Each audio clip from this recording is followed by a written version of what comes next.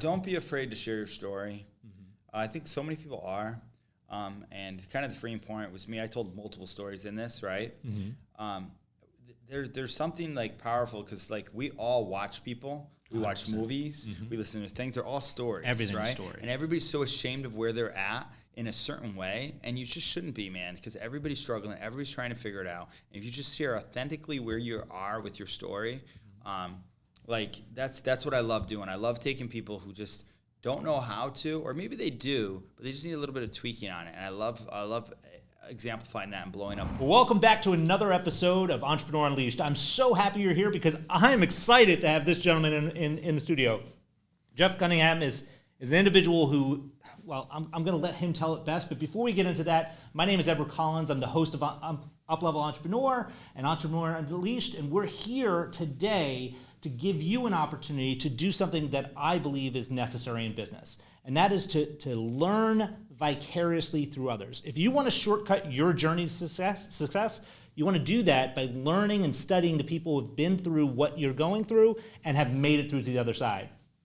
That being said, let's jump right in. Jeff, thank you so much for coming here and being willing to have just a sit-down chat, one-on-one, give me an opportunity to learn about you and the audience to learn about you as well. Yeah, no, definitely. Thank you so much for this. I'm overwhelmed by how your great energy, how beautiful this is. So, and the coffee too ties into, you got it all going on here. Well, I appreciate it. Now, obviously, I'm still learning a lot about you. I know the audience, there's going to be some audience members who said, well, I've been following Jeff forever, and there's some audience members who maybe have never heard of you. Right. So tell me a little bit about some of your backstory. Like what has made Jeff and how you got here? Yeah, so I mean, most who know, and I'll probably tell it this way too, I think we all go through life sometimes where we always think like, oh, this is how we're supposed to be and both supposed to settle. When I was young, I used to be driving. My parents used to drive me. I used to look outside, and I used to see all these brands and logos all the time, thinking, man, who's behind all that? That was my curious thing. But as certain things are told to you during school and being made fun of, called retarded, picked on, all that stuff, you kind of start to believe something. And I wound up developing a chip on my shoulder that there was actually only one girl I wanted to marry. She was a pastor's daughter. I actually don't share that too much. And there was... and my mom was the only one to meet her. It was at a church we went to. Long story short, my mom wound up dying of breast cancer with no life insurance. And I watched my dad try and save the house, really die for a little bit. And I left,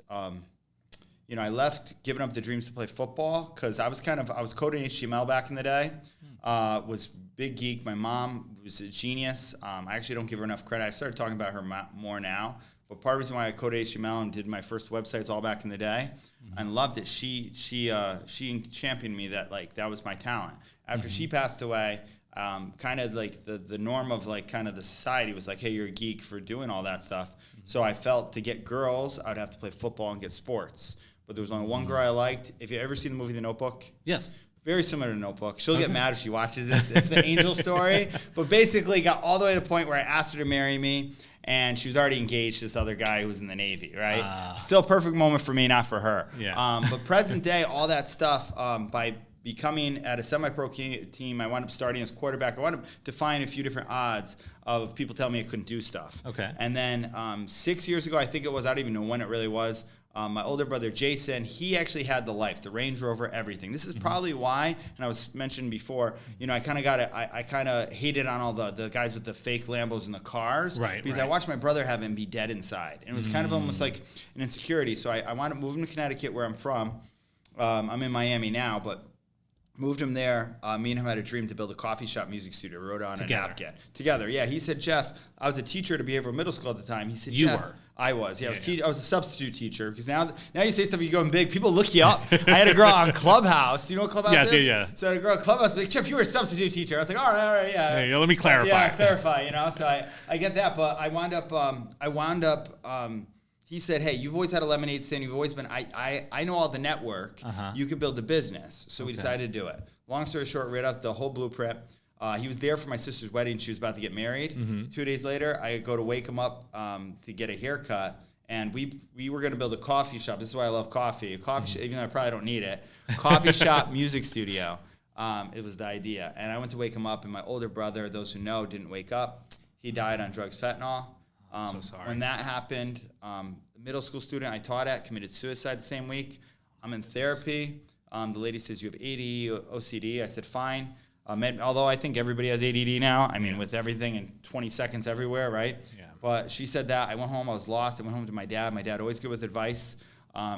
I brought the book. I had a piece of paper in my hand. My dad said, no, you've been through a lot. He gave me a book, Power of Subconscious Mind. You ever read that book? Mm-hmm. Great book. You can watch it on YouTube and stuff. And then he showed me a video by a guy named Grant Cardone. People get mad at me always sharing this part of the story. No, please. But he's the top G, okay? Yes, 100%. Grant Cardone is the top G to me because I didn't want to live at the time. I pray God, I don't care if I wake up. There's a video. If anybody's depressed, you can search Grant Cardone depression. So did you ever see that video? You shared that video with me. Yeah. Oh, you sent it did? to me. Oh, so you I didn't see it watched until I shared it to you. I had not seen it before. Okay, yeah. You shared that video with me. It was transformative. I mean, Right? that's a transformative video. So can I tell you something? So John Ledger of T-Mobile. Do you know who he is? Yes, okay. I shared it on Clubhouse. Okay. Good guy. He actually bought me my MacBook Pro that's here, okay? He said a lot of nice words, said a lot of mean words about me, but he knows how to vibe me up. But he said, hey, Jeff, can you share that video to me? Someone for a friend. And I shared it with him. And, dude, anytime I share that, people say that, and they 100%. say that. And especially entrepreneurs like us. Exactly. There's always days that are down. And Grant's just being Grant. Yeah. But it's so good. People are calling in with everything. Mm-hmm. It's the Young Hustlers video. If anybody's seeing it, people are like, this is the right one. I'm like, that's the right one. That's it. Dude, I literally tried to drive my car. Didn't want to live it. I thought about driving my car off the thing because everybody was saying when my brother died, it's not your fault. And all I kept hearing, it's your fault. It's your fault. It's your fault. Mm-hmm. This is the brother I worked at the school, thought I could train and give him to them, and now he's not alive. I think I don't want to interrupt because this is very passionate, but I do think what you just said was very interesting because I think when we're confronted with loss, especially for other people confronted with loss, we're almost like struggling for what words to share. Yeah. And I think what you just said is really important. You should not share things like it's not your fault because there's a problem with what the person is hearing. Yeah. And ultimately, if you put that phrase, your fault, even if it has the preface, it's not, that could be that's so true. And actually you ever do NLP or any of that stuff? Mm-hmm. Yeah, so learning all that sense, this is before I got into growth. My brother used to do Tony Robbins and say all that. And Tony Robbins, to me, always looked like this perfect guy who was so good. Oh. So I never related to him at first, right? Because I didn't know. And so, but I related to Grant because Grant just had this way he did. Yeah. And I got into growth. I got out of bed. I wrote down, I'm going to build the biggest franchise ever and honor my brother called Kokomo Jays. Mm-hmm. You don't give up in America at the level of Starbucks. Okay. So I got to be careful now. We're getting bigger. Starbucks, watch out, man. They're going to be doing it. But, and you don't give up the journey watch. And since then, this is it. We're actually now going to be launching, hopefully, maybe something at this level, like a Kokomo J studio for top level things to have people talk about, because Kokomo means heart, mind, and soul. Mm-hmm. So we're going to have people talk about what's on their heart, their mind, and their soul. And we're basically going to do as a top funnel lead flow before when the market's right, and then buy a few locations and hopefully build something like this. I love the concept because it's going to be essentially a coffee shop with an ability to have almost a studio in the center. It could just be a coffee maker. With the studio, right? Level. Like this, and where it came from, honestly, after I lost my brother, I was lost. I bought a coffee grinder. I learned all this stuff. I went with all the hippie coffee connoisseur guys. I studied it for 6 months and realized if I went to build a business, I wouldn't know anything business. I watched people. And I studied, here's the thing, and you know this, study people's successes, but study their fails even harder. That's more. I have a book coming out called Getting Rich in Recession. There's a chapter where I'm sitting with this lady. She's a Bolivian girl. I feel bad because business went out of business. She's like, I'm Bolivian food, I love it. I go, did you do any market research about this? She's like, no. And the place was empty, dude. It used to be like Margaritaville? No. Oh, yeah, Margaritaville. So it used to be one of those. They switched over to a Bolivian restaurant. Nobody showed up. The place closed down. Yeah. So but that's a story of a lot of business owners. Well, but they're not educated. Exactly. They don't know. Like even me at that time, nothing. But I even knew enough to build this business. Like I would have been that same person, right? Mm-hmm. So got all into personal growth. I actually decided to do a lead generation software at one point. Okay. The coding backing me, what people made fun of me, were my biggest strengths. Partner with a business guy at a conference that kind of looks like this logo called Breakthrough, a guy named Ahmad, and sent him a lot of money, became the investor in the software. Mm-hmm. But really, we hired on a coding team, and that's what got me kind of to the point where I am today. That learned me a lot of the skill sets. You know, as Hormozy talks about building skill sets, 100% like that, yeah. When you look at that journey, we're still a little early in your entrepreneurial growth pattern at this point. You're learning how to potentially build a business. Right. What were the key moments for you in deciding to say yes or no with regard to pulling the trigger at any given point in time over the course of the past couple of years? Two things: girls and God. Okay. Tell me about that. Let's So, unpack it. Yeah. Let's talk about 100%. let's talk about the girls section first. Yeah, so I will actually. So, I was brokenhearted with the girl that I asked to marry me, right? Okay, yes. She wanted to marry the military guy for security. But at the time, I wasn't a man who could even think. I was more doing like, I love you, you should be with me. Like, that was my whole thing. Right. My mom just died. I'm helping out my dad. I had nothing. I had nothing to offer her. No wonder why she married the guy. Absolutely. Like, I personally think she liked me more, but Yeah. maybe that's just a story to tell yourself just to do it. But you wanted to be a high value man. Right. I mean, that's 100%. really yes. And I even knew when I was there, I knew I had to improve, right? Okay. So, fast forward, I started helping out so many people. And I think a lot of entrepreneurs, I say this, being a teacher, there's all these programs and everything that they get, all these socialistic programs. We got to help people out. But if you don't help yourself out first, you're never going to help anybody else out. You got to, and that's paying yourself first at any level. Put your oxygen mask on before you help the Yeah, person and sitting next to you. everybody knows it, but you just don't tend to do it. Even now, I think as entrepreneurs, even us, we want to help people like, well, especially where it's at, this is my business. You have to respect my business. So Yes.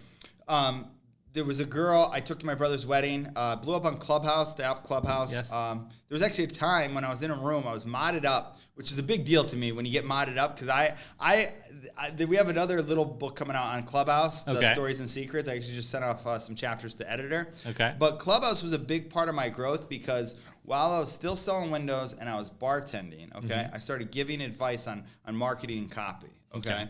And people just started coming back. Jeff the Entrepreneur, I made $16K or whatever. Right now that people they've made a lot of money and they're saying it. There's like Grant Cardone on stage, and they're like giving me credit. You know what I mean? So, and then I did the biggest mistake of trying to be more than I was. Okay. There was a guy who really came on, started hating me. I kind of, I grew my following with that guy, kind of really just always taking Grant's back, kind of. Probably stayed in a little bit too long. That's why I realized, where you're at, just trying to figure out people, But I've always had a pretty good read on people. Always been very blessed on that. So the girl, I didn't know who. Girls scare, like even now, that's what I want to ask you about marriage tips. Women scare me because I watch so many entrepreneurs get married. Is this your first wife or second wife? Third. Third. See, this is what I'm saying, man. Exactly. So part of me is okay with not even getting married right now. Yeah, okay? exactly. But, I'm a guy, and there's all this, as you start becoming more successful, especially I've been putting out stuff in there, women reach out to me for different reasons. Yes. And I'm always putting them through my sales funnel. They get mad about that, but I'm like, hey, this is what we do. It's a process. You need a bigger brand, Exactly. But anyway, me and my brother did a show on Clubhouse. Basically, I ran, hey, it's my brother. It's October 15th. My brother's getting married, and I still don't have a wedding date. And so I had a bunch of girls. I had Patty Stinger. Do you know who that is? Patty, not she familiar, does a dating show. She hated on me. She's like, Okay. you're doing it for marketing. I was like, damn right, I'm a marketer. Absolutely, why not? Yeah. So, but I wound up how God has it. This girl who really kind of caught me by surprise, wound up taking her. It's actually a pretty bit of a long story, but was actually supposed to take my friend. I called my friend. I said, listen, all these crazy girls, will you go with me? This girl, she's a good friend of mine still today, but she flaked on me a few times. Anytime I'd be wanted to hang out and get a coffee, I'd hit her up when I was in her area. We'd always hang out. Never anything more than that, but she was like a good friend. So I thought, she was all like, yeah, you got to buy me a dress, right? She getting really mad about this. So I was like, fine. So I put on my Instagram live. This is why branding's crazy. Exactly. Everybody's like, do not bring that girl. All these girls call me, don't buy her, So then this other girl, I'm out in LA for a consulting deal. Okay. One of the consulting deals that I got, it was this $64K contract I talked about that I sent out to this guy, do consulting for. My buddy, Arturo, makes fun of me, says, dude, you don't get any girls. I was like, dude, I get girls. So, but the guys, if they make it through the funnel. Right. Exactly. Yeah, exactly. Well, I have qualifying questions. Oh, absolutely. Are you a high-level woman? Are you in growth thing, right? Are you going to Exactly. go with me? Right? It's not easy to be with entrepreneurs. Definitely not. So this girl was in LA. I texted her. I knew she was a good-looking girl, so I knew it would get everybody mad. She comes out to dinner. We have a good time. I actually did this whole thing where I said to her, it was the line, I go, hey, can I go back to your hotel with these guys? I just want to shut them up, right? And she said, okay. Went back to her hotel. And it's funny because everybody's hitting on the girl, and then we're dropped off at the thing. So it was just ultimate. The whole moment was very special. So she calls me 2 days later. I don't think anything of it. And she's like, hey, are you taking me to the wedding? And I was like, no, I'm thinking my friend, this other girl. And she's like, well, you asked me a long time ago, because I did ask, Okay. seeing who's going to say yes, right? Right. It's probably rule of thumb, don't ask everybody. Exactly. If you get a lot of yeses, how do you tell, right? So I canceled with the other girl because I didn't have to buy her a dress. It's not really that, but had a few conversations, went with her. We'll probably release it on YouTube, actually. It's called The Growth Wedding. My brother's like, how do you take my wedding and make it about yourself? Marketing, exactly. But it was a good branding moment. But really for that, she saw the value in me. She saw people paying me like $5,000. I'm trying to show I can provide for her. Hey, this is where I'm at as consulting. She's like, listen, you're still selling windows. You're still bartending. Do you not believe in yourself? If that wasn't enough, I went back. I was at a conference, Grow for God. I'm literally down there praying, and I'm like, God, am I really supposed to be this? Because people at this time are like, Jeff, you remind me of Tony Robbins and this stuff and all this stuff that, like, I had Brad. Do you know Bradley? Yes. So I had Bradley. I was sitting in his office one time, gave him a gift, and he said, well, maybe you're next, man. And I remember always being like, well, I'm not ready yet, right? And now, like, so I'm praying, and I'm like, God, show me a sign. Am I supposed to be this consulting firm? Like, who am I amongst these, like, all these other legends, right? Like you know what I mean? Like, for this, And sure enough, pastor comes over, taps me on the thing, and says, God says the answer is yes. And I got chills. Wow. I actually did a YouTube video after I'm getting chills right now. Nobody watched, yeah. And then this other guy, Paul, he was just on my live, comes over and goes, hey, God just told me to pray for you right now. So, man, and actually, I'll say this. It wasn't just God. I went back and the girl said the thing, quit everything, sold my 4-unit, moved to Florida, and here we are now. Wow. I think there's so much to unpack in that story. But I do want to touch on one thing. It seems to be a theme in everything that you're doing and touching is the concept of branding. Yep. How important is it for business owners to really focus in on the concept of branding? Oh, it's everything. So you can build up the level of success there's a lot of guys. So my perfect client is guys doing 7 figures and above who really have all this knowledge and nobody knows about. You know what I mean? Because one thing I've done extremely well is get known about all the time, figure out how to do, and someone said it, there's not so many great storytellers. Well, all marketing is storytelling. Absolutely. And branding. So I got really good at doing it, just looking over copy to get it to sell. We go from that. I had my boy Danny here having me look over copy for an email. He's like, how is it? I was like, it's good. He's like, yeah, it's converting. I'm like, yeah, that's right. Awesome. So that's, and I love that, man. I love that. But it's paramount. Like, you think of Trump, right? Or even Andrew Tate or any of these big brands that are most Googled about, right? Absolutely. These names are brands. Like, they tried to cancel Andrew Tate, right? The whole deal. They tried. Yeah. And because of his brand and his community, which is the one thing I'm obsessed with right now, this is why we're starting like our own elite war room, right? Right. Which has its own acronym for what elite means, right? Right. And it's more being tactical and empowering people and really doing it on my own version. Because I really believe that all these brands, people pay more for brands. Just the fact that 100%. Like I see a lot of people, hit on some people. Patrick Ben-David, you know him, obviously. Yeah. He's been huge. The Vault Conference, that was what put it together. I was actually at the point right before it, and I asked a question of, he goes, what do you, I go, hey, I think this guy wants to recruit me as a sales thing. He goes, what do you want? And I said, I'm starting my consulting firm. And I was like that. He's like, all right, write this down. And he gave me something to write down, went in there. And it was crazy. We were on a Beverly Hills rooftop. I still remember with the guy. And I asked the question, I'm the only decision maker. And that really built the structure for what we have now with Changing Life Consulting. Now building our licensee model, which is awesome. Because I have something now I can qualify people with our core creed, which has really come from a lot of the Vault training. We actually really tight with a lot of those guys there. So well, I think the second point I'm going to raise and ask about is the concept of getting in the right room, because that also sounds like it's a continuing theme with you. You're getting into the right rooms with the right people, asking the right questions, and then always asking questions. And here's the thing, not being afraid. Like for branding, if you go to an event, right, you go to the Vault, you go to 10X, you go to any questions you can. However you get attention, like I'm wearing my logo here. Like now the brand's the vest that we were talking about before, Hermosi. Even Tate, I got on Tate. I called Tate a tool. He might be the sharpest tool in the shed, Exactly. Because literally, like he understood, like even with his glasses and everything down, he was, I was like, yeah, he's definitely that type of guy, right? That like I didn't like for a while because they flaunted a little bit stuff, right? And I always wanted to be relatable. So that's why, but I think everybody has, their own confidence zone, right? Like I'm confident enough with me without anything, you know? And some people aren't. Some people need that, And listen, it definitely works. Girls, cars, and money, marketing has worked a long time. That'll always work well, right? But really getting in the right rooms, being around the right people is huge. When the whole George Floyd thing happened, I got so passionate because one of my things that I am passionate about, if I ever do run for president, right? Because and now I've been praying about everything more. Now that I've accomplished so many goals, I was on a call with a VC and he said, hey, sequence out your consulting firm. I have a bunch of people that if you want to run for president, man, they could get behind you. And it got real because once you start being confident about something and talking about 100%. something, then things start happening. So like you want to get in the mirror every day and be like, hey, I'm the man. This is going to happen to me. Like I have the 5 things I do every day. And one of them is affirmations. It used to be I have a millionaire mind. Now it's I have a billionaire mind. Money's attracted to me and I yield to God who I'm called to serve every day. And you replace want with will. I mean, at the end of the day, I want to be president. No, I will be president. No, 100%. It's powerful. I sometimes, and even now, here's the thing. I just see what's going on with the country, right?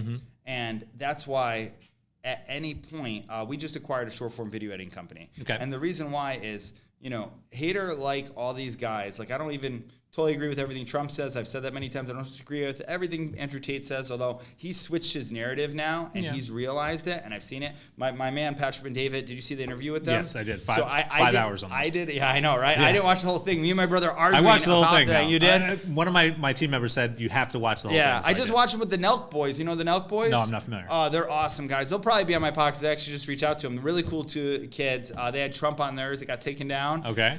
Because Trump, I'm not even say it because we're going to put it up here, which is crazy that we're in that point of we can't even say it. Like it's I'll ridiculous. say that's a concept. Out of respect to your thing, I won't say it. Yeah, out of censorism. I mean, it's just ridiculous. The fact that we live in the freest country in the world and is it really Dude, the freest? And I've said this many times. The reason why I talk about running for president, I hope I don't have to run. I hope somebody else does, right? But my whole point is it's for the same reason of if we keep the way we are, we're going to be a communist country in 10 years. Like that's just I think the challenge that we have though is we have to correct the whole education system here because everything is founded upon what the people currently understand to be true. Yeah. And the problem is it's not really true. It's what's being shown to them, whether it's through social media or the established media. At the end of the day, words matter, and if you start at a young age teaching people the wrong words and giving them the wrong meaning, they have the wrong understanding. I mean, think about it, the whole concept of democracy. If I go out and I go out into the streets of Miami and I ask the question, what is the most powerful democracy in the world? What do you think the response is going to be? Most people are going to say the United States. Well, we're not a democracy. We're a constitutional republic. Words matter. And if you don't understand how things actually operate, it's important. And when it comes to business, understanding how things operate is important, and you've learned those lessons. I mean, so now you're transitioning. You've made a decision to stop with the window sales and the bartending. Right, yeah. Now you're transitioning into getting into your consulting firm full force. Tell me about that transition. You said you made a decision. How did it go? So a lot of people in life, like even at a lot of these events, being intentional. Okay. You get to pick who you want up in your circle with you, right? Yes. So we actually have like a pretty good pack of CLC licensees. So there was a guy who was really good at marketing that I knew he had a heart for passion to help people. Really good guy. Police officer, just really good at ethics on where he was at, and he partnered with another guy who runs ads, and he's like so fast. So I was like, okay, these guys are a part of it, right? Okay. Caesar and George, right? So that's gonna take that. I built up a personal brand. I've been everything that everybody wants. Paid to speak, flowing out on stage. How do you do that, Jeff? I've done it, okay? Right. So now I know how to help people do that, right? Exactly. I just had a guy the other day. He was kind of doing the where you at almost, and I don't listen. There's a point of tough coaching, but I don't like when people like you got to be confident, sell or be sold, man. Absolutely, 100%. So when he was telling me, man, what have you done? What's your package? Where are you at? And I started answering questions to him. Started me second guessing everything, but I built a team within, right? So when I started this thing, I said, all right, I'm gonna only focus on 2 things: copy and personal branding and brand message. That's it. That's all I focus into. That's what I speak on, stories and everything. Everything else. So if you want to build your personal brand, I take you through a 6-week program. Everybody else, marketing ad spends him. That's all I focus on. Okay. Now I built up a big brand as Jeff the Entrepreneur. Now rebranding to Jeff J. Cunningham. Now we're going to take all these high-level 7-figure entrepreneurs in the elite war room, have these guys have an open invite, or anybody who spent over $100K in personal growth. That way we know we're going to take them, case-by-case scenario to build out actually people who can really just meet up. So we can actually create, our own private equity bank is really the point of it. So you don't have to go to it. There's going to be a lot of things on sale with real estate and just build up a whole firm like that. Between me and Danny and everybody, we're very well connected. So, and that's one thing. I built up a huge network. So using that network then, right? So Changing Life Consulting, this is going to be our licensee, John C. Maxwell. You know who he is? Yep. Great leadership guy. He has this thing. We have a guy who only studies his stuff. He's leadership and development and teaches that to companies. Okay. Then we have systems and processing. I'm paid brand ambassador for Progretta. It's a Go High Level white label. Okay. And we use them. It means we care about your progression daily. Andy O'Date, boom, he's a systems guy, right? We're just working with his brand. Then boom, I focus personal branding. The guy June, who's really good in video editing, he's here, right? So now everybody has their roles, so we know where it is, and then we just come in and then we pass everybody off into it. And where that happened was I've been doing coaching and everything just by helping people. When I had my first software, I used to help them convert through the DMs. I had an Instagram growth software. So I've been doing this for years, so it comes so natural. It's almost boring to me. No, you gotta say this. I was on a thing, right? But that's how you know you're good at it. You know, when that's the boy that people are like, this is ingenious. Thank you so much. I've done this. You know, so just focus on that. Stay exactly in that. And when you kind of stay inside your zone and the higher weaknesses is great. A lot of times I was revenue sharing with other guys. My coach or mentor said, hey, build up the most direct revenue, which is what the elite war room and the inner circle wound up becoming. So that way, if I want to scale and exit it and run for president, I can, you know? When you look at your journey, I mean, a lot of people would find it difficult to do the things that you're doing right now, just because they may think they don't have the skill sets. A lot of people aren't me. Exactly, true. But a lot of people aspire to accomplish something within their life, and there are certain skill sets that you do possess, or at least you've cultivated within yourself. For instance, getting to know people, the whole people skills environment. How did you learn? Was that something you learned, or is that something you think was just natural? I mean, I was at a multi-level marketing thing, okay? When the guy said two things. It was Ambit Energy, and they did Melaleuca, which, by the way, Melaleuca, you cannot do on social media, which I did a video. They got mad, and I used to take the packets at the restaurant I worked at. I used to sell them outside. I would go back, like, how much you make? I was like, oh, yeah, I sold the packet. You can't do that. You got to give them the membership. I was like, no, I don't like your rules. That's why we're entrepreneurs, right? My rules and point. But two things. They told me, tell your old story to new people every day. And I remember hearing that. And I actually talked to Gary Vee just recently. And I said, should I keep doing this old story about the coffee shop? Like, now we're getting closer of it. And he said, yeah, do it, but do it with your new story too. So the new story is how we build a consulting firm, right? This has all been story-based marketing, right? 100%. So, and it's why people do a business with you. Like people, let me ask you this. Do you believe people care or people don't care? For the most part? Yeah, for the most part. For the most part, people don't care about you. Okay. They care about themselves. Okay, yeah, that's true, okay? And whatever you believe is the answer, right? Because we have a reticular activating system. Correct. So if you believe that, right, then all of a sudden, and that is true to a point, but my whole point is I believe people care to such a point. In general. Yeah, in general. Like we walk out and someone's going to open a door for me, right? Yes. Let's say, all right, drop someone picks something up, right? Yes. So that they care, but that's more for me than them. Oh, correct? 100%. Yes. So you know what I mean? So I understand if what you mean. program, there was a bartender girl I was sitting down with, and I said to her, hey, do you believe people care? I said the same thing. She's like, people don't care. She was very thing. And what my whole belief in life, there's so many people going around life believing people don't care. All they're finding is that people don't care. And their life is and they're hurt. And the reason why they don't care is because people are hurting inside. Yeah. If you just switch the belief that people care to a most part, right? You're going to find the people opening the door. Exactly. Right? You know what I mean? Like, I'm going to find someone who took time out of your day, right? With everything you're building out to have me on. Like, and that's my thing. And maybe, you know, selfishly you care more about what this will leave for you, but personally I think you care more. You know what I mean? I appreciate so to do this and build it up. So that's and having that belief just it strengthens you to go out there and share your story more. And then the second thing, I learned this when I was pitching my software to VCs and venture. Antonio White, the pitch freak, great guy. He taught me this formula. That emotion, value, subtle call to action. He actually switched it differently, right? Okay. And it was basically, and I wound up using that because I definitely have high energy. I wound up using that in a certain way. Okay. And I really just realized networking was the most important thing. I went to one event and they said, network with people around you. You don't have to network with the top dogs, And I thought, well, if everybody listens to that guy, I said, everybody's networking out. I'm just going to straight to the top dogs. Exactly. Like, I wanted to, no competition. I wanted to skip to the head, and there was no blue ocean. My whole belief was, I'm going somewhere. You're lucky to go with me. Exactly. And if not, you don't believe it, then that's your loss. Absolutely. So I was with Dan Bilzerian. Do you know Dan Bilzerian? I know of. So, I don't know okay, yeah. So I was at ringside at Jake Paul's fight, which it's funny because Mark Zuckerberg, I guess, was just ringside doing the same thing I was doing because Mark Cuban was there. So I'm at Jake Paul's fight. Took this girl. Probably shouldn't have took her. She tried to cancel on me. I took her at the last second, but that's more of the journey there. But she was cool. But I went over to where. Do you know Dan Fleischman? Familiar. Awesome guy, really good guy, best guy in personal branding, best guy, I mean, I guess I should say I am, but he wrote a great book. If you can't do anything, read the book that he did on personal brand. It's awesome.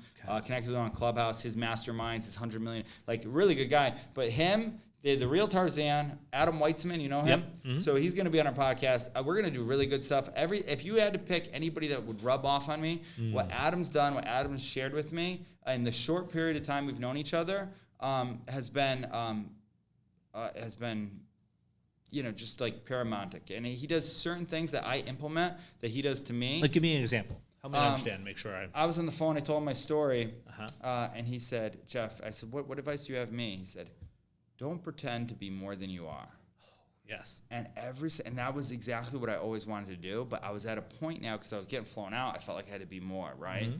And even now with Danny or anybody where I'm at, I'm very transparent on where I am. Be who you are in the right. moment. And like a lot of times too, especially as you're building your business and you're getting people, you're taking on Goliaths, right? And people are saying stuff. People are looking at you like, well, who's this guy? How should I do this? Why should people listen to him? Like you get a little side-eyed like that, right? Mm-hmm. But I already know what's in me. I already know what I can deliver. Exactly. So if you go from that, then it's fine. But that was the great message. And one thing he does is he'll send me a text or appreciate you, my friend, right? Every once in a while. And I started doing that, I love reciprocating it. And it was really good. Deanne Fleischman taught that too. And I've done that to 333. Mm-hmm. 3 emails a day, 3 messages. I'll actually just reach out to some people on Instagram, send them a voice message, anybody I want to connect with. I love Those that. are all things you can do. But yeah, that whole your network, I've realized, listen, nobody's going to remember how much money you got with me. But they're going to remember, true wealth is your name. Yes. So so I was like, I'm just gonna build the most known, trusted name. I'm gonna be as transparent as I am. I'm gonna really just find out something really valuable about a person and say whatever it is. Like I told you, I like your energy, right? Yes. I read all about all your success and stuff, and I thought, this guy's gonna be like a stuck-up guy, and you're not anything like that. I appreciate that. Not bureaucratic, right? No. People get bureaucratic when they get to that level, right? And Adam's not that way, so it's cool to see people like that because those are the people I want to be with. I think the reason why I'm one of the best marketers is because I know I don't know it all. I know there's a lot, and I surround myself with people who know it. And to do that, that's what it is, and I could call them at any time. Like, I probably have one of the strongest networks that people are like, man, why are people hanging out with this guy all the time? But it's literally by just being myself. It's easy to see why. Exactly. Yeah, and it's definitely now everybody wants to go up and get a cup of coffee with me all the time, and I'm like, well. That's like the theme. Yeah, oh my God, it's so. I love it. Yeah, so. When you look at now that the business is going, you're operating, you're building an enterprise. It's not just you, it's an enterprise. Right.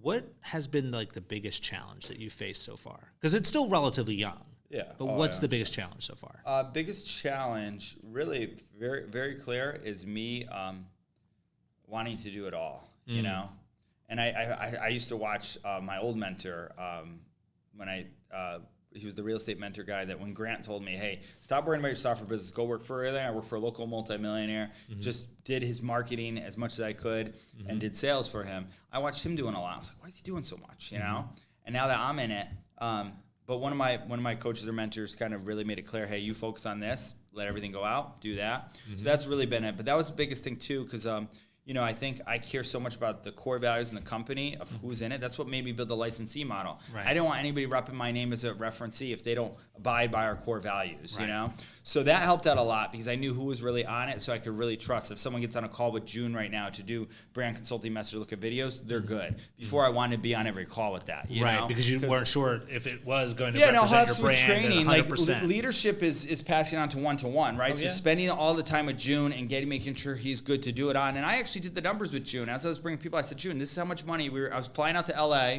the night, and I did the numbers. He's from there, and I did this. How much you're going to make without me? And I did it because I was scared of losing him. Right. I said, you can make way more money if you don't work with me. And I said, do you really want to do this? Because at the end of the day, I want to know what it was. What drives people. Yeah, true buy-in. Because like at the end of the day, we're not like.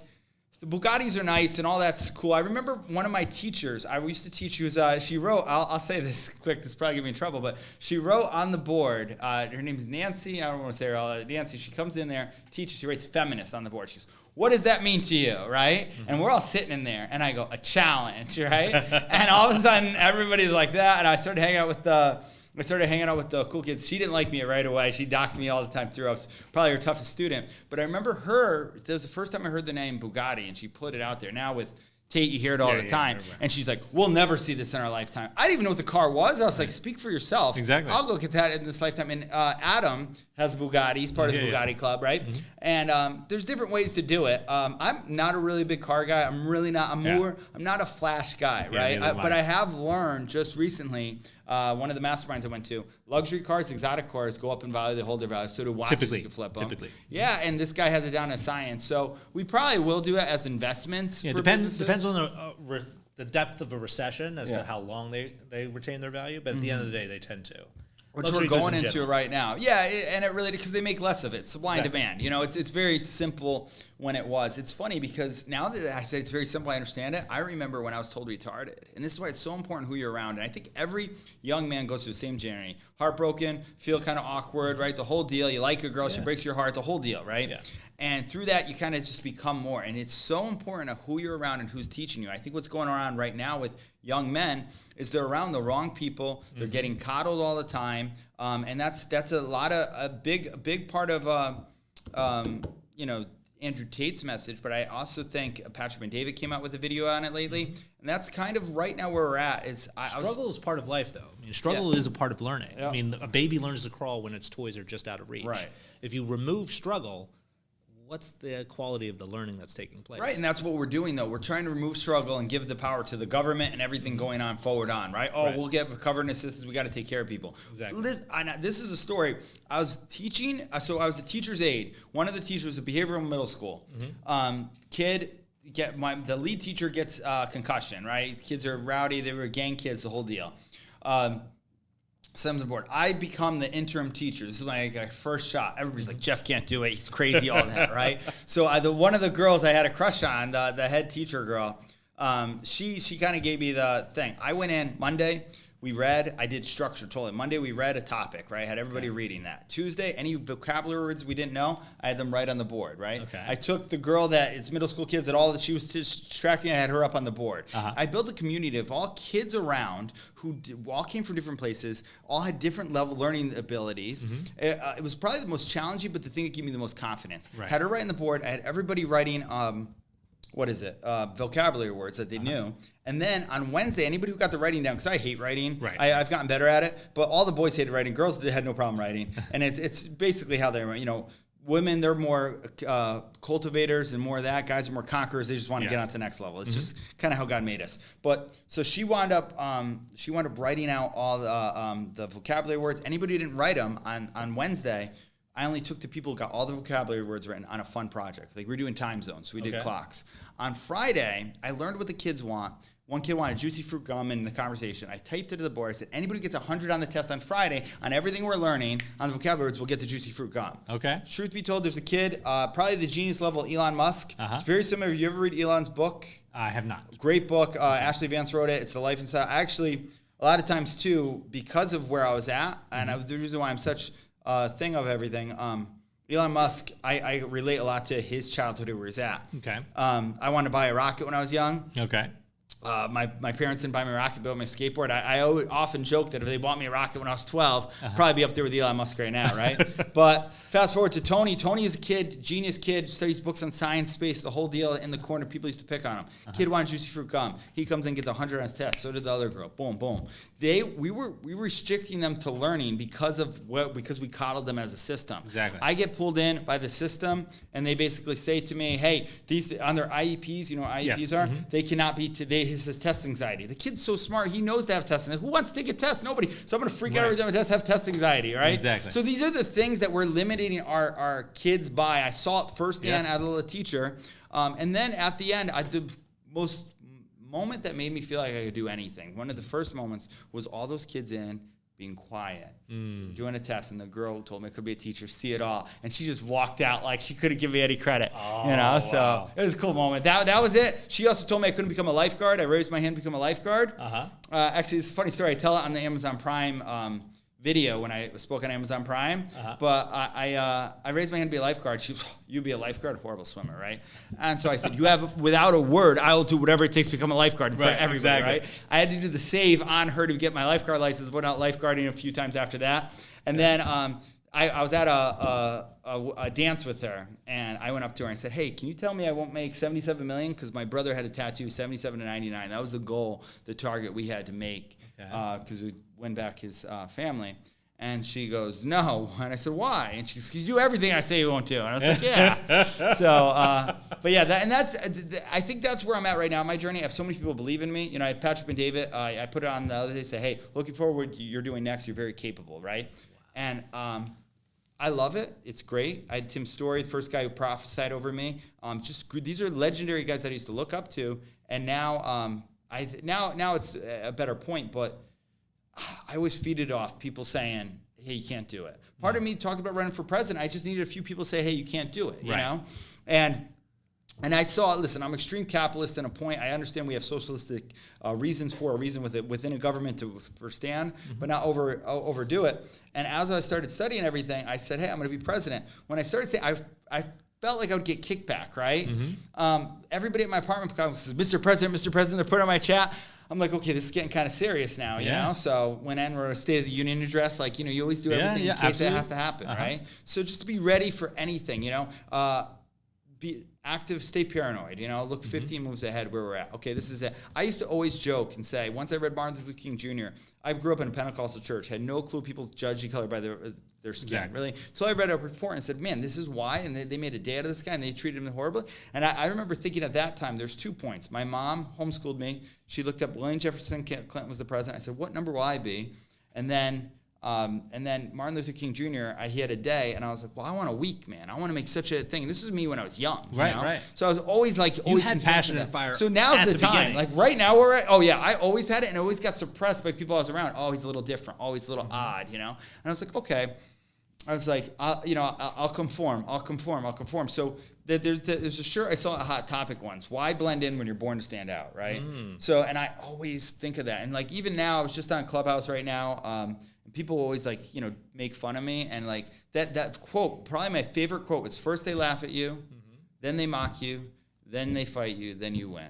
Oh, dude, I love that quote, man, every time. Because that's been my story. Quarterback, when I went to go play quarterback, boom. Lifeguard, everything. So, you know.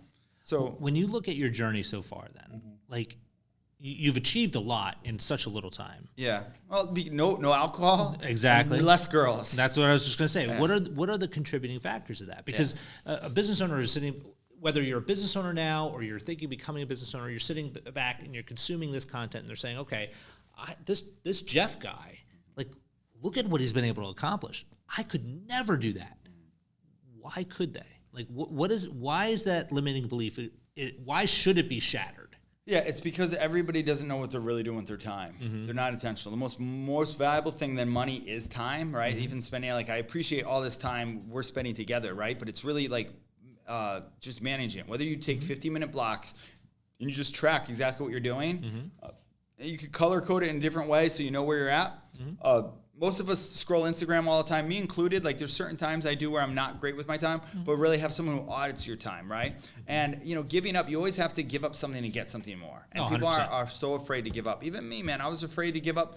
You know, I was at home in Connecticut, and, you know, my dad was there. Everything was there. It was tough, man. I'm not going to lie. I mean, the reality is you have to be willing to give up who you are now to become the person you want to be. Right. Even now. Like, dude, I was at the gym this morning, and I didn't want to, didn't feel like it, right? But then when you leave, it's so much better, right? You never regret going to the gym. You'll never regret. Like, I encourage anybody right now, just do a time audit on your life, right?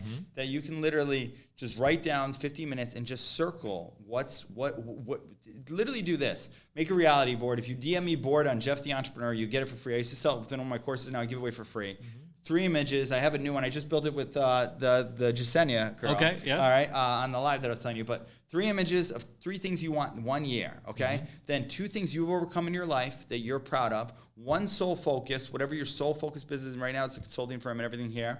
And then 3 to 5 year goals, right? Okay. And then if you do that, okay, and I tell everybody, before you join my inner circle, I want to see that. Send me that, because I want to know what you want. If it's something I don't vibe with, you have any satanic weirdo stuff, but there was a witch that was trying to work with me. Actually, I was like, I'm cool, But when I see that and I know, okay, this is what they want, especially because I'm pretty well networked. If I know what you want, maybe I can help you out, right? Exactly. So send that to me. I have everybody do it on the thing. And then when you do that, then audit your time, right? We're coming out with a planner. One guy's helping me build he wants to call it Jeff the Entrepreneur's Daily Planner. It's your perfect day planner. Okay. I've used multiple planners all the time. I don't like writing, so we built it out with just gratitude wins and everything. We're going to have it on a point where you can track your time, 15-minute cues. Okay. Because then how you're spending your time, I did it when I was teaching, actually. I was still starting my software company when I was teaching. Okay. And I noticed it took up all this time, and I was making this little amount of money. I was doing video editing. They were teaching me Photoshop for it. And I was like, this isn't right, man. So that's when I started looking for other things. And it's just that, a time audit, knowing what you want, being very clear what you want, and then doing that. And if you really want it, right, you kind of need, like you said, it going through struggle. There's got to be something inside of you that someone told you couldn't do that you can totally do, okay? We're capable. And here's the thing, it's perspective energy. The reason why I work so hard, there's a kid with one arm literally back at the restaurant my brother worked at, working harder than me, wiping down tables. And I remember watching it. I was so upset because I was going through the numbers. An entrepreneur, I'm sitting on my computer that I built that's not working. That's why John bought me the computer. It was very, very awesome. Like, just cool moments, on this journey. It's special, man. This is special. I'll admit that. Even now, I want to enjoy right now, because even people throw darts at me. Now is all you have. Yeah, exactly. And this is, so many people say, Jeff, oh, you're going to be so successful, you're going to be that. I'm like, what does that look like? Exactly. Like, this is pretty good right now, man. Exactly. Success is the realization of the word, the idea. Actually, it fares me to have the next Starbucks. You walk into Kokomo J's, Jeff owns that, right? We have them all around in the worldwide. You go to Dubai, there's one. Yeah. It's like, what's next? So a lot of times just always, and I think this is every entrepreneur, you just got to keep going. You don't really slow down, you know? Yeah. So I think that's one of the main characteristics of an entrepreneur, is that you don't have a break. Like, there's no brake pedal. Dude, do you ever go to the beach, and can you just lie on the beach in the sun? It's difficult. It's very difficult. Right? Okay, thank you. Can I tell you something? I used to think there was something wrong with me because I had to go teach a beach ball. I was in Bahamas this past weekend with my family and my kids, and they're like playing on the beach. I went to sit down for a few seconds, and I couldn't do it. I had to get up. I had to do something. It's very difficult. How many kids do you have? I have two little kids. Yeah. So let me ask you this then, because I did ask this, because my biggest fear is relationships now, right? Business partnerships, cool, but even finding the right one. I said this before. I said it to A-Rod on the thing, man. Hey, I like all these Latino women. I don't know, man. They're very challenging, right?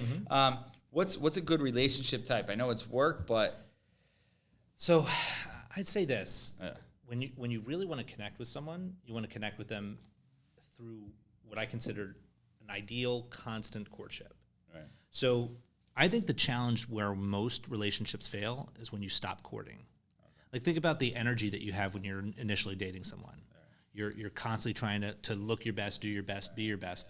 And when you get into this thing of familiarity, meaning you're in a relationship with the same person for the same amount of time, for a long period of time, you become so familiar that you stop doing the things that made it special in the beginning. And you stop being, quote unquote, attractive in the way that made you attractive in the first place. And that's with all relationships, whether you're talking about an intimate personal relationship with a partner, whether you're talking business relationships.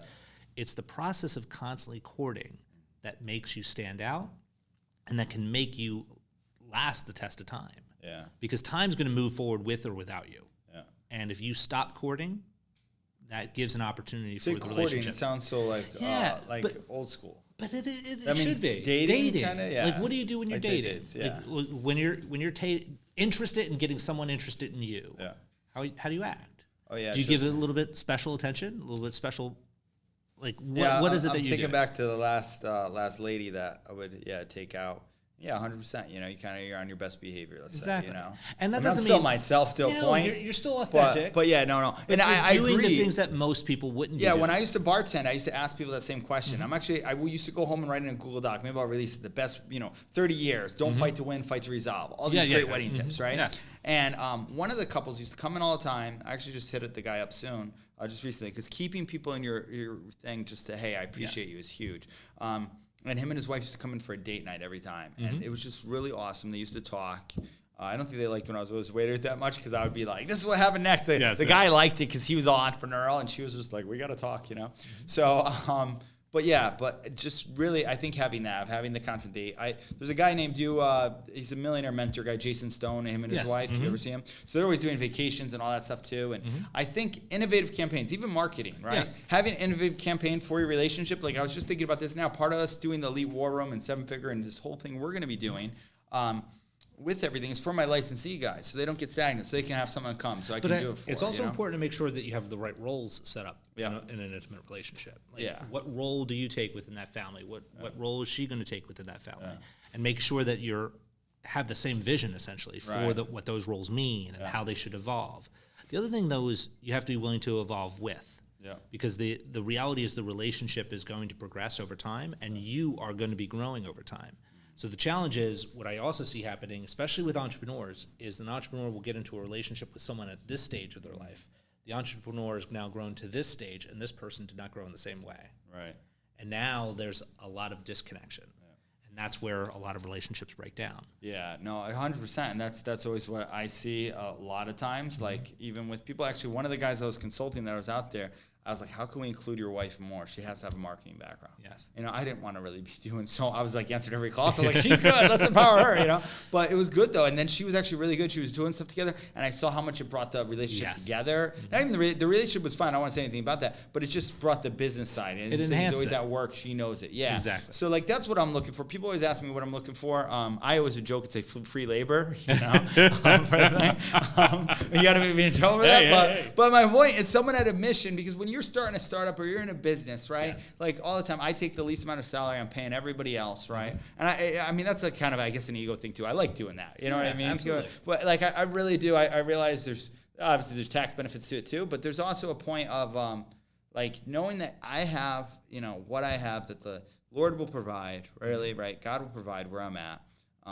And certain things, and knowing that everything's my fault, I think that's a big thing. I'm a huge stoic, so I 100% agree. Yeah, right. Like, and that was where it was when I used to be. If you knew me, I'm 37 now. If you knew me when I was 22, man, I would shuck and jive. I'm a good communicator. That stuff's not my fault. I used to get my brother, Joshua's growth. He's great. He's a lot of the reason why for growth. He used to always say, Jeff, nah. And I asked him, dude, how are you so good with all these arrogant people, And he's, because I used to have to deal with you. So now I have a hard time. It's so true. I have a hard time. My biggest fear is to go back to that, right? Yes. Like, one of the things that does rub me wrong, and I understand there's a point for it, by like maybe the Andrew Tates or stuff like that, is that they have this level of arrogance that I'm like, where's it missing inside, right? Yeah. But I was actually wrong kind of about that. Some of it's just brand. I don't consume. Yeah, exactly. A lot of it's branding. And like when I realized with Andrew Tate, he was joking a lot of the time. Absolutely. You know what I mean? For it. Like, and people didn't take it. They took it serious and stuff like that. And, but my whole point with all these brands, and like people ask me, would you have Andrew Tate on your show? And at first it was no. And then I watch, you watch people buy their thing. And sometimes to me, it's not always about clicks. It's about my name, right? Exactly. Who do I associate myself with, right? That's why I looked you up before I even came on here. Okay, who's 100%. This guy? What's he about? Because there was actually another podcast that asked me to come on. And nothing against weed and everything like that, too. They do a whole, like, a hippie days thing. Right. But I don't smoke weed. I feel like it slows you down, so I'm not going to be about that. You know what I mean? I'm not going to endorse that, 100%. And listen, so I'm not so desperate for attention where I need to go on everything. And I think that's what people do a lot of wrong. Because we're in such a clickbait thing, you're just going to put up everything. Hey, if I really want to talk about, Elon Musk, let me talk about Elon Musk. I'm not going to talk about him just because I don't want to. I think it's awesome that he bought Twitter. You know what I mean? I'm on Twitter all the time, JJ, a blue check right there, man. Twitter blue, proud of it. Awesome. Awesome. One of the things I like to do with all the guests that come on is I like to do a little bit of a thought exercise. So if you wouldn't mind, would you join me? Yeah. So I want you to imagine for a moment that you have the capability of going back in time. Should I close my eyes? You can if you'd like. No, okay. But imagine that you have the capability of going back in time. Mm-hmm. And I want you to imagine that you're going to go back and visit a younger version of you. Mm-hmm. And you have the chance to tell that version of you one thing. I want to know, who do you go back to visit? Okay. What age are you? What's going on in your life? And what is it that you share with that younger version of Jeff? Yeah, just go for it. Okay. So who are you going to see, though? Like, what age are you going back to? So literally going back to the girl. It's always a girl with me, man. Playing Capture the Flag. I went to it right away. She was a church girl, so she had her long skirt on, and the flag was there. And I want to dive under the skirt. I think we wound up doing it anyway. And I wound up at that moment there of just me hesitating is why the perfect moment is when I didn't hesitate. Even me asking her to marry me years down the road, if I went for it a little bit sooner, might have had a better chance, you know? Right. So literally that guy, I was probably like 12, 11 years old. My mom was still alive. And I was too scared of what she thought of me. Obviously, I liked her. And I was scared of what everybody else would thought of me. You know, if I really just went for, you know, that moment sooner, I think, you know, maybe it wouldn't have played out like I am now. You know, I probably would have been entrepreneurial. But yeah, that was basically it, man. I should just go for it. And it's funny because one of my mentors says, fear is a direction, right? And it is. Think anytime you're afraid, you're either retreating or going forward, right? And everything we know, anything more, like I'm learning about mergers and acquisitions and profit share models, right? A lot of times I was going out there hunting and killing. And it's kind of uncomfortable and you know, thing, but it's essential to grow my business, you know? Absolutely. So that was that's what we started implementing now. But it was fearful at first, like, oh man, why do I have to learn this? There's a new level, right? I don't want. So there's certain points of that, and I think, you know, just knowing fear is the direction and going for it, like that point, yeah, just right then when I was young, like I wish I knew that sooner. Might have had a little different of a life now where I'm at, you know? I'd be married by now, or married 3 times by now, you know? I like to say that the outcomes that I desire are always found on the other side of caution. Yeah. So taking action, being willing to take action, moving first, being the person who says, okay, yeah, I'm not going to hesitate, just going to do. Yeah, like say it again. Outcomes. The outcomes that I desire are always found on the other side of caution. Yeah. They're never on this side of caution. Yeah, that's true, yeah. The ones that you truly desire. Now, there are outcomes, obviously, on this side of caution, but those aren't the ones I want. Yeah, that's good. I like that. That's good. When you look at it, the second portion of this thought exercise now is I want you to imagine that a future version of Jeff comes back to us in this moment, in this setting, sits right next to you and has a chance to share something with you. What is it that he shares?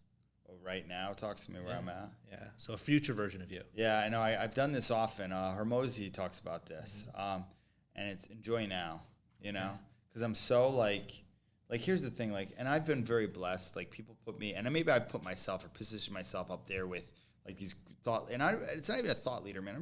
I'm literally just trying to help people market and brand better. That's it. And I want to build a brand as big as Trump, if not bigger than Trump, right?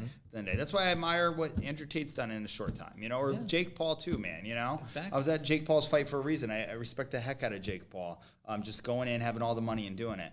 And even Jake Paul, man, you know, enjoy where you're at right now. Enjoy the grind. Enjoy the different, even enjoy the struggles. You know what I'm saying? But really just enjoy this. Like, I think a lot of times I get so discontent, especially with people putting such a stigma on me because I cast a vision so well, that like, oh, you're not there yet, you know, like wherever there is, you know, and it's really like, I'm going to be old eventually. Like, really enjoy this moment right now, you know, like really enjoy, like really, hey, I appreciate you so much, you know, 100%. like really be appreciative for this. Like, I have my health right now. One day I'm going to be sad. You know, one day my dad's alive right now. I'm going to call him right now and tell him I love him. One day he might not be here. People might die, right? There's going to be a day to be sad. I might have a flat tire, right? Right now where I'm at, you know, I'm very grateful for what I have, right? So don't get upset. Like, I was with one guy. He was upset because they didn't have his chocolate chip cookies, one of those bureaucratic, you know, guys. And he's like, upset. Like, I don't care if you mess up my food. I don't care if it's cold, like that. Like, I'm so grateful for everything there. And if I ever find myself in that, really have someone to check me on that. Like, hey, enjoy now. You got everything going for you now, you know, kind of. I think that would be a big thing, you know. So the younger version of Jeff got some advice. The present version of Jeff got some advice.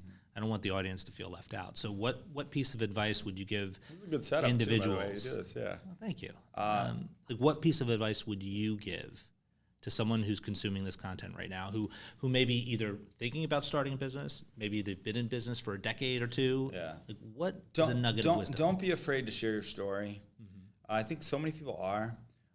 And kind of the freeing point was me. I told multiple stories in this, right? There's something like powerful because like we all watch people. We 100%. Watch movies. We listen to things. They're all stories, everything's right? a story. And everybody's so ashamed of where they're at in a certain way, and you just shouldn't be, man, because everybody's struggling. Everybody's trying to figure it out. And if you just share authentically where you are with your story, like that's what I love doing. I love taking people who just don't know how to, or maybe they do, but they just need a little bit of tweaking on it. And I love exemplifying that and blowing up if it's the right story for the right reason. You know what I'm saying? But that's it. Don't be afraid. I see so many people afraid, put their face out there, and and that, or even get a voice or a podcast. Just start putting your brand. I think content. This is part of why we acquired Viral Alchemy and a content company, and I love what you're doing here. Is the biggest thing right now in recession to do is get content out there, 100%. get message. And also, do some talk about only what you've done. There's a lot of Patrick David talks about this. There's theory, right? And I was a teacher, right? So I read from a book. I had to teach on time zones, exactly. right after. So that's the theory guy. So I was very good at that all the time, which is when I started consuming Grant's content. That's why I went around to all other people, because at the end of the day, it's all regurgitated anyway. Yeah. It's research and development. It's just who do you like? So if you have a good energy, people are like, no, I want to learn from Jeff. Exactly. No, I want to learn from you. Whatever it is, they'll go to. You know what I mean? So just get out there, get known. But there's theory, there's witness. learning from the multimillionaire mentor that I learned from at the time and just served. I learned so much stuff there. And then there's applications. Now I've done it for myself, done it for other people, right? We have the first guy who made 10K in one day. I still remember, my favorite thing, because that was a moment I was like, oh, if I could do this for him, I could do it for anybody. You know what I mean? That was still when I was doing that. So I think a lot of it is just get your story out there and really get content out there. Get content for your business, your message, wherever you're at. If you don't even have a business right now, I think you'll help more people with your story inside, wherever it is. And, people get mad, like, don't write a book. I think everybody should write a book. Everybody has a story. I think you have it in you. I think it's cathartic. I think if what we did in school, if we had kids write about, and I want to change the education system. We are in a certain point with all the education we're putting out. Yeah. But really, if we had every kid, maybe when they're 12, write a story about their life and then write a story then of who they wanted to be. Just did that one exercise. I did that with the 7K coach I went for thing. And it's actually funny. What I wrote down, that big picture assignment, literally right now is exactly where I might talk about complimenting a run for president, looking at opening my first Kokomo Jays. It was and it's been 5 years since then. So I think if we did that to kids, we'd have a lot more success. We'd know where they want in life, and we wouldn't just put them in boxes. That's so powerfully true. So powerfully true. Jeff, this has been amazing, and I know that everyone who's been consuming this is like they're sticking to it because everything you're sharing is awesome. How can they get back in touch with you after this episode's final? Like, what's the best way for them to reach out to you? As long as we didn't say anything that's going to be canceled from here too, as well. Probably the best way to get directly to me is on Instagram, Jeff the Entrepreneur. Okay. Although we are rebranding, we're getting we have brandisforever.com. That kind of goes over kind of what I do. Brand is forever. Brand is forever because I believe it. That's what we just bought that for. But those are probably the best ways. We're on Twitter, JJC Entrepreneur on Twitter. I know you're supposed to have them all marked together. I like being a little bit different, I guess. Okay. I couldn't have the thing, but tweet me is really the biggest way. I'm very active on Twitter because of Elon Musk now. Okay. I told you when I stopped, and Elon's going to be on my show. People laughed at me. But you got to believe stuff. You got to go 100%. Out there and talk it where it is. He's a top E, right? Yes. So you want to make sure, Twitter, Instagram, YouTube. I'm Jeff J. Cunningham on YouTube. We're going through a whole rebrand from Jeff the Entrepreneur to Jeff J. Cunningham. Okay. Sounds a little bit more presidential, more in that. Always rebranding. A little less documenting, a lot more teaching now. Okay. I'll still document. I have we're going to have a few other accounts pop up as us as well too. But Jeff the Entrepreneur, JJC Entrepreneur on Twitter, Jeff J. Cunningham on YouTube, brandisforever.com is probably the best one. And then we have a few other things coming out soon. But that's the best way. If you just search my name or Google me, some guy said to me, man, what's your Google? What do you get if I Google you? And I was like, I don't know. When I Google myself, I was like, that's pretty good stuff out there. So yeah, you just, I'm so inspired by everything that you're doing. I think it's amazing what you've been able to accomplish in such a relatively short period of time. It's awesome what you're doing. It doesn't feel like a short period of time. I'll say that. I feel like I've been doing 40 years within 6 years. Yes. The Ed Milet's 6 mini days. You know what that is? Yes. So that's another thing. That's another thing I did for a while, 3 days into one. Mm-hmm. And I was doing a lot of this while I was still selling windows and bartending. And I was still being productive. Now we're all in it. So now you're ultra productive. Oh yeah, 100%. Like we're actually I kind of, and I think this is true for every entrepreneur. Yeah. Losers, they feel like they don't get a lot done. You know what I mean? They feel like and winners or losers feel like they get more done than they really do. You know what I'm saying? Yeah. And then winners feel like they didn't get enough done. Yes. Right? And I think every day I look on, we'll do our 5 wins or we'll go over like the KPIs with the team and I'll be like, oh, actually we did pretty good. Oh yeah, we actually did that. But I have such high standards for myself that, and that's good. I don't ever want to lower the standards. The reality is whether you're a loser or a winner, you have the same 24 hours. So how are you going to spend it? Right. Exactly. Right? Yeah, that's so true. So this has been amazing. I appreciate you being so authentic. Yeah. I appreciate you sharing so genuinely from every aspect. Pretty much, I think we touched on almost every topic here. Yeah. I just want to thank you so much for coming out. I Thank know you. the audience has loved it, and I can't wait to see what you're going to do next. Dude, I can't wait to see how this all comes out, man, because this by far, this is another moment of making it, by the way. So if you can be on Entrepreneur Unleashed, I definitely encourage it because it's just been great hospitality all the way through. And just I love studios, man. I love this. I think the power through anything changes through communication. 100%. So definitely that's part of reason why I'm acquiring the team, and I'm very eager to see what you do next as well. Awesome. Well, I'm looking forward to it, guys. You've watched another amazing episode of Entrepreneur Unleashed. I know for a fact that you've loved every second of it. Be sure to click that thumbs up button, not just because it helps me, but because it actually helps you too. When you tell the algorithm what it is that you like, you'll be fed more content like this. So be well. Be genuine in everything that you're doing, and make sure you keep putting one foot in front of the other. It's been another episode of Entrepreneur Unleashed. My name is Edward Collins. I can't wait to see you on the next episode. Bye for now. It's been awesome, man. Thank you so much. Awesome, dude. That was great, man. We didn't even have to get into the boxing match. I know. Well, you're going to have to come back. That's what it's going to come down to. Dude. This is especially because I'm in Miami, and when I have my setup done too. If not, I have the Make More Money